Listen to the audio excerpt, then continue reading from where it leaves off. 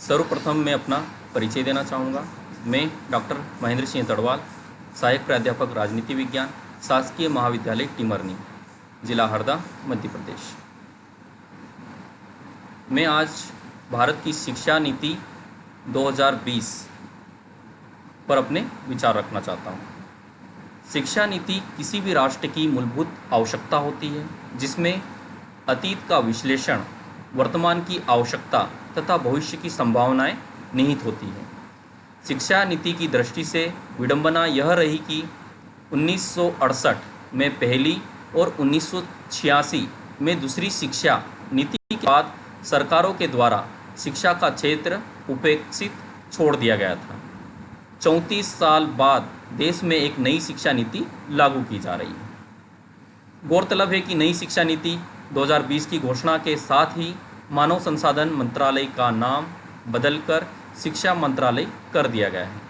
इस नीति द्वारा देश में स्कूल एवं उच्च शिक्षा में परिवर्तनकारी सुधारों की अपेक्षा की गई है।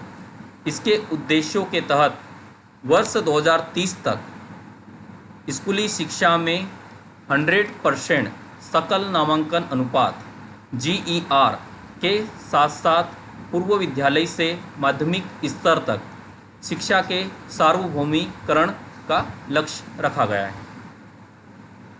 अन्य कई बिंदु भी है। नई शिक्षा नीति में 5+3+3+4 डिज़ाइन वाले शैक्षणिक संरचना का प्रस्ताव किया गया है, जो 3 से 18 वर्ष की आयु वाले बच्चों को शामिल करता है।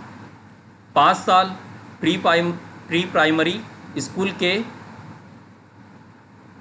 3 साल कक्षा 1 व 2, अगले 3 साल कक्षा 3 से 5, इसके बाद 3 साल कक्षा 6 से 8 मध्य चरण, और अगले 4 साल कक्षा 9 से 12। इसके साथ ही 6वीं कक्षा से व्यावसायिक पाठ्यक्रम शुरू किए जाएंगे। इसके लिए इच्छुक छात्रों को 6वीं कक्षा के बाद से ही इंटर्नशिप कराई जाएगी। नई शिक्षा नीति 2020 में शिक्षा पर सकल घरेलू उत्पाद का 6% खर्च किया जाएगा, जो कि अभी 4.43% है। अब 5वीं कक्षा तक की शिक्षा मातृभाषा में होगी।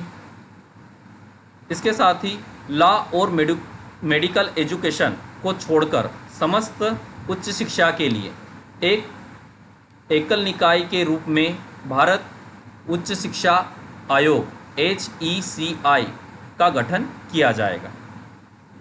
नई शिक्षा नीति 2020 का सबसे महत्वपूर्ण पहलू है मल्टीपल एंट्री और एग्जिट सिस्टम लागू होना।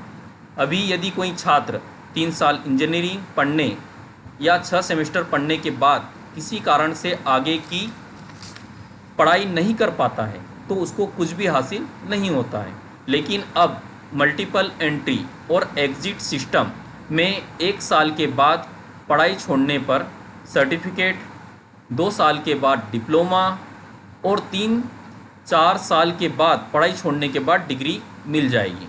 इससे देश में ड्रॉप आउट अनुपात कम होगा। इसके साथ ही देश में शोध और अनुसंधान को बढ़ावा देने के लिए अमेरिका के NSF नेशनल साइंस फाउंडेशन की तर्ज पर एक शीर्ष निकाय के रूप में नेशनल रिसर्च फाउंडेशन NRF की स्थापना की जाएगी। केंद्रीय मंत्रिमंडल ने 21वीं सदी के भारत की ज़रूरतों को पूरा करने के लिए भारतीय शिक्षा प्रणाली में बदलाव हेतु जिस नई राष्ट्रीय शिक्षा नीति 2020 को मंजूरी दी है, अगर उसका क्रियान्वयन सफल तरीके से होता है तो यह नई प्रणाली भारत को विश्व के अग्रणी देशों के समकक्ष ले जाएगी। स्नातक शिक्षा में artificial intelligence, 3D machine, data विश्लेषण, जैव प्रौद्योगिकी आदि क्षेत्रों के समावेशन से अत्याधुनिक क्षेत्रों में भी कुशल पेशेवर तैयार होंगे और युवाओं की रोजगार क्षमता में वृद्धि होगी।